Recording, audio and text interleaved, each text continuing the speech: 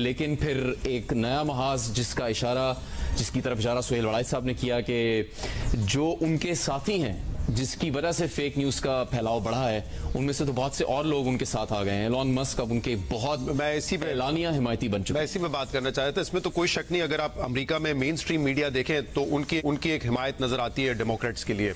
लेकिन इस इलेक्शन में जो सबसे बड़ा अलाय था डोनाल्ड ट्रंप के लिए वो एलन मस्क थे, जो अब ओन करते हैं एक्स।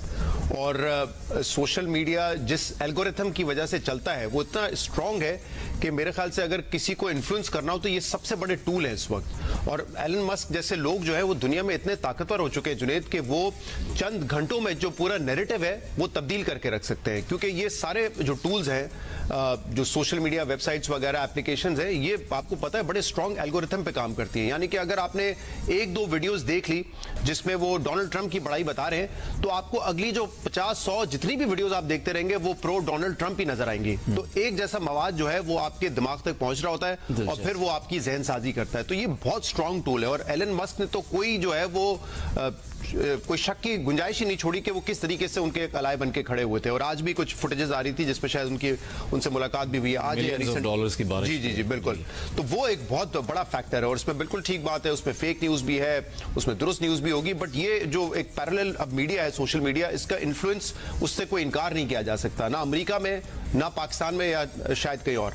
दूसरा जो आप बात करें कि अब क्या तब्दील होगा, देखें एक चीज जिसपे अमेरिका की क्योंकि हम बात कर रहे हैं, वो इस पे बड़ा थ्राइव प्राउड करते थे कि हम डाइवर्सिफिकेशन पे यकीन रखते हैं। एक जो दुनिया में पूरा ग्लोबलाइजेशन का हमने एरा देखा है, उसको मुझे लगता है कि यकीनन एक धचका पहुंच सकता है। क्योंकि ये डिबेट सिर्फ अमेरिका में नहीं है, मैं भी ब्रसल्स होकर आया, वहां पे ईयू ममालिक की जो सारा कंसर्न है वो भी यही है कि जो इलीगल इमिग्रेंट्स हैं उनका रास्ता कैसे रोका जाए। वहां जो लोकल्स हैं उनकी डिमांड बढ़ रही है कि हमें जो है वो प्रायोरिटी मिलनी चाहिए जॉब्स के लिए।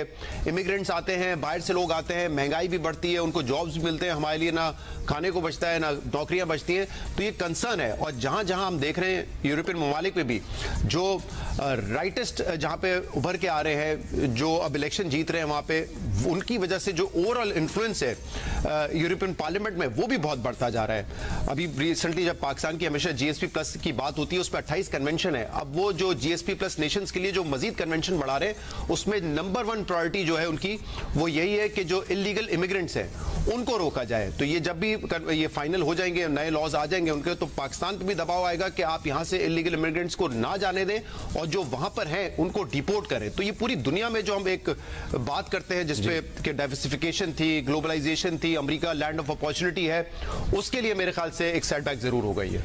तफसील आपके सामने रखेंगे, दिलचस्प तफसील है। जियो न्यूज ने दावत दी थी सबको, देखने वालों को, कि वो जियो न्यूज की वेबसाइट्स पर जा सकते हैं। उर्दू और अंग्रेजी अलग अलग वेबसाइट्स हैं। अंग्रेजी वेबसाइट्स पर यह दावत दी गई थी कि अपनी राय का इजहार करें, पोल में हिस्सा लें कि कौन सा सदारती उम्मीदवार, चाहे वो कमला हैरिस हो या डोनाल्ड ट्रंप हो, उनमें से कौन से सदारती उम्मीदवार के